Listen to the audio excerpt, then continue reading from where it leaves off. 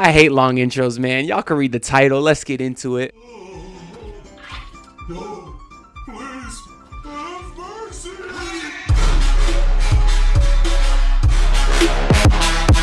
Now, I believe it was Hillary Duff who said, "This is what dreams are made of." And Heat Nation opening night was a dream that was made.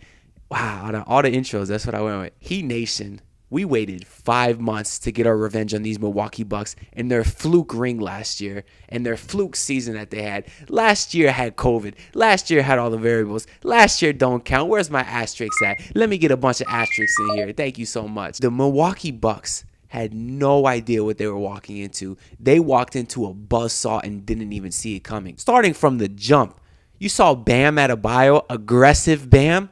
That's what MVPs are made of. And he did not back down. He did not shy away from Giannis.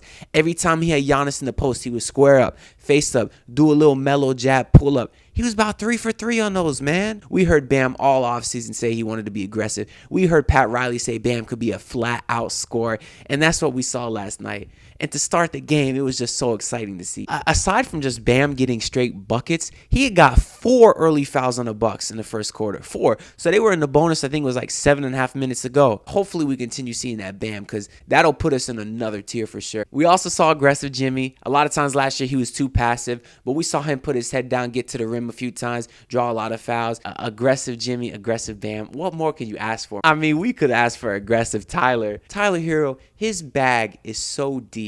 There is not one move in his offensive bag that he cannot do. You've seen him do transition threes, especially after the Strus block. You've seen him do just pull-up threes off of isolation, a little bit of driving floaters like he always does. Some tough and one contested shots that weren't called and ones, but still he's getting his body in the paint. I mean, they said he put on some muscle. They said he put on 10 pounds of muscle. He's still kind of skinny, but I mean, it's a little bit, you know. And not to mention, he had 24 minutes, 27 points, I think 6 boards and 5 assists. He just did it all. I really think Tyler will be the X factor on this team. If you have to pick 2 X factors, I would definitely say Tyler and Oladipo. I mean, if you could add Oladipo to what this defense was yesterday, they gave up 3 points to Milwaukee in like the first 7-8 minutes. 3 points, man. But yeah, Tyler here was awesome, and I really have the utmost confidence he's going to keep that up the rest of the year. We also saw a little bit of my boy Strus is loose.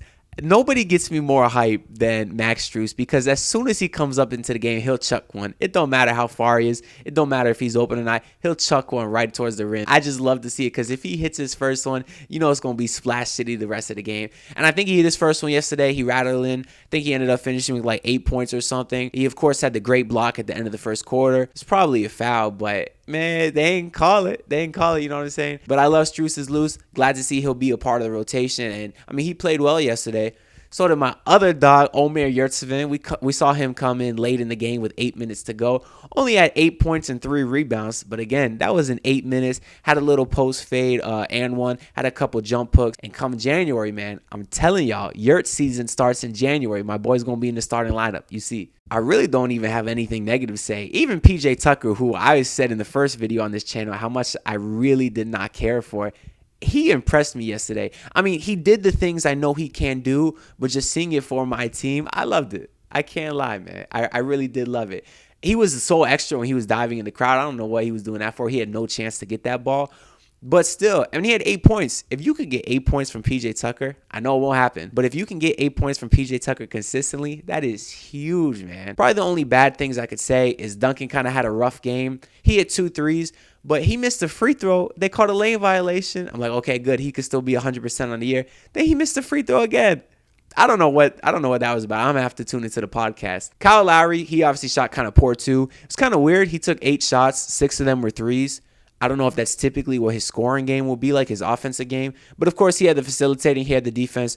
So I'm not mad at Kyle Lowry at all. Really not mad at anybody that played yesterday. Even Gabe Vincent shot perfect. And KZ hit a 3. Of course, Haslam, UD, he didn't get into the game. I kind of didn't want him to, and I get why he didn't want to. When the whole crowd was chanting and Bam was hyping him up, I mean, it was funny. But it's almost like they were looking at him as like the team mascot. Kind of like Alan Ogg with the We Want Alan Ogg chants back in the day. I wasn't even born back then. I just heard the story, and 99% of the people watching this have no idea what I'm talking about. Your trash, kid. It is kind of disrespectful to Haslam, so I get why he wouldn't want to come in the game. But it was still funny to see them, the whole team getting along and Bam getting into it. It was pretty funny to see. I also want to shout out Jason Jackson too, his first official regular season game on the radio, because I saw this tweet by Will Manso that you can see right here. He had to announce in his first game, mind you, he had to announce Adentacumpo, Mamu Kelishvili, and Kalatazizakis all at the same time. Shout out Jason Jackson, man, the GOAT. I miss you in the winner's circle, but I still like Will Manso. I think a lot of Heat fans do like Will Manso still, but obviously Jason Jackson is the OG. So yeah, I think that's about all I have. I'm going to try to do these recap videos, I think every Friday night or every Saturday morning, and recap all the games throughout the week leading up to this point. Obviously, we only had the one game so far, so this is the only game I talked about. But I think that's the goal for what I'm going to try to do. But yeah, who knows? Like I said, you may never see me again. We'll find out next week, or we won't. I'll see you. Bye.